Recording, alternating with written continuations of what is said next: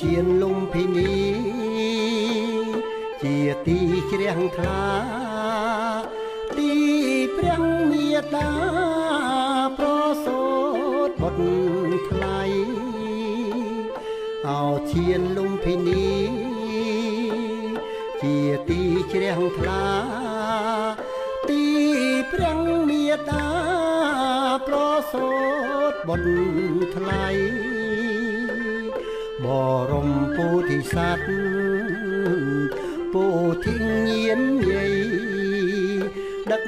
នាំសត្វថ្លៃចេញចាក់ទុកខា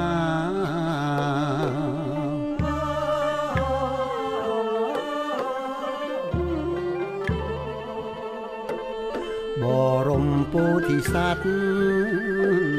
ពោធិញាណយាយដឹកនាំសត្វថ្លៃចេញចាក់ទុកខាប្រសូតមកភ្លាម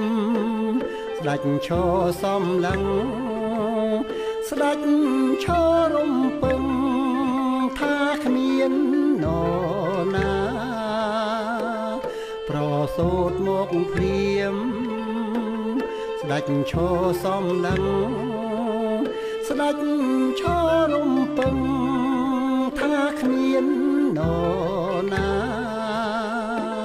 ទេវលោកព្រហ្មលោកអង្គទាំងមនុស្សសាឥតមាននរណាប្រៀបស្មើបានឡើ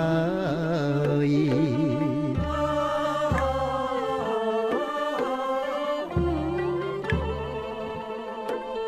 ទេវលោកព្រហ្មលោក